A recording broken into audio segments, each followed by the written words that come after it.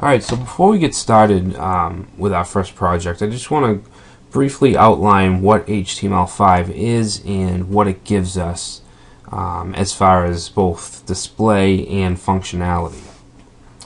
So the main new features with HTML5 are structural elements and attributes, so basically semantics and how we structure our pages. There's a whole bunch of new tags that we can use where previously we would have to use divs with classes and IDs. We can now use even more specific tags to surround our content. There is also a lot of new attributes. Media elements, we have the video and audio tags now, so we can easily embed media into our web pages. Form types, and some of these types have validation like email, telephone number fields, and so forth. And I'm going to go over the specifics of each of these features in this slide presentation. 2D and 3D graphics and animation. Now, a lot of the new features with HTML5 they rely heavily on JavaScript.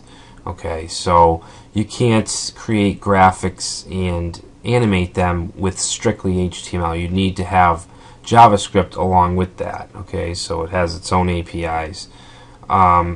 Geo-Location is another one that needs JavaScript. You can use the Get Current Position API, which allows you to capture your user's location as long as they allow you to. You'll get a pop-up that will ask if you can grab their location, and they can either refuse it or accept it. Local storage and local SQL storage are basically ways that you can save data on the user's computer or browser. And that works kind of like JavaScript cookies work, except it's faster. You can store more data. It's just better. In SQL storage, you can actually have kind of an SQL database locally, and you can have different fields and so forth. Alright, so let's go through some of these changes. The first noticeable change on a web page, which differs from past HTML or even XHTML, is the doc type. And you can see the HTML4.0.1 doc type is pretty long. We have this DTD, transitional or strict. You could have transitional or strict. The language, and then we have this link to the W3 website.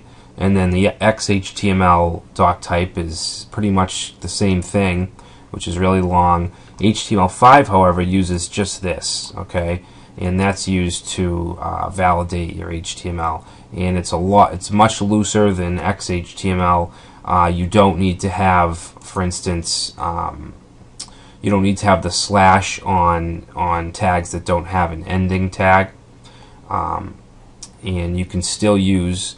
You can use this doc type and it will still validate your XHTML. You can still use those slashes or any part of XHTML. You can still use that while using an HTML5 doc type. Alright, so one of the most noticed changes when you look at an HTML5 document is the semantic structure or the markup. In the past, we would always have to use div tags to describe something. We'd have div with an ID of header or footer, and now we have these these tags that describe your content much better without even having to use a div. And of course, you could still use classes and IDs on any of these. And there's actually a lot more, but these are the most common ones. We have the header, which is pretty obvious. That would be probably at the top of your website with your logo or your heading, things like that. Footer is obviously a footer at the bottom where your copyright goes, where you may have a secondary menu. Main can be used for a lot of different things. I use it as kind of a container for all my content. Section is more for separate, smaller pieces of content. A side is mostly used for sidebars, basically your sub content. And then article can be used, for instance, in a blog. You could have the post wrapped in an article tag. All right, and there's much more of these. I suggest going on the W3C website and checking out all of the elements that are available. So we have new form elements and new form types. All right, so some of these even have validation without needing JavaScript. For instance, email. If you label an input field with the type of email and you don't put a valid email address in it, and then you click send, it's going to give you a little pop-up that says this isn't a valid email address. And you don't need to include any JavaScript for that. Alright, so that's really nice. We also have date and date time input fields. Color, which gives us a hexadecimal color picker. A number, month, a number range, a search input type, telephone number, time, URL, and week. Okay, so these are all new HTML5 form elements. So with HTML5, we can actually display videos and audio without having to use a third-party plugin like Adobe Flash. That's what we would have to do in the past with HTML4. And you can also, of course, embed videos with your YouTube code or whatever, but HTML5 allows you to do that without having to use YouTube. Maybe it's a video that you want to be private. Maybe your customers need to pay to watch it. Obviously, if that's the case, you don't want to put the video on YouTube. Geo-Location is another great feature of HTML5, but it does include JavaScript. You need to use either JavaScript or another language that uses the API. And what it does is it prompts the user to either allow or refuse the script from getting their location. Okay, so they'll get a pop-up and they can easily refuse it, so it's not intrusive. And what we do is use the get current position API.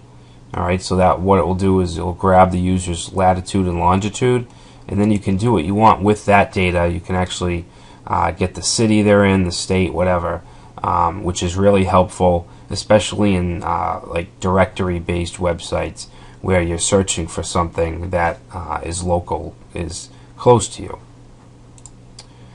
So graphics, again, we need to rely on JavaScript to use the graphic features. One of the features is the canvas element, which is used to draw and paint graphics. You can also use it for animation. And canvas can be used to create very simple shapes as well as complex objects, and you can also use photos or images as well. SVG, which stands for Scalable Vector Graphics, can be used to define vector-based graphics, and this is done in XML format. Alright, so you can create graphics that no matter how much you zoom or zoom out, the quality stays the same, just like any other vector graphic. Let's see, so lastly we have HTML5 Storage. Like I said, works kind of like JavaScript cookies, but much easier, stores more data, is faster. So I would definitely suggest using this over cookies. We have basically the local storage API. It allows you to store basically key value pairs onto the user's machine, and that will basically stay there until they manually delete the data, till they clear it.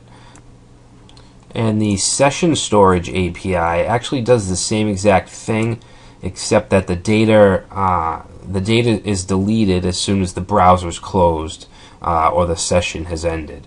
Alright, so that's the only difference really.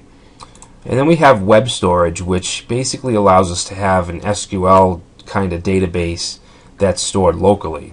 Alright, so that can be very helpful as well.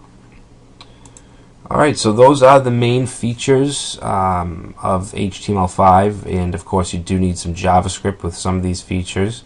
And we will be going over we'll be going over pretty much all of them from within the projects that we have in this course. So I look forward to starting the first project.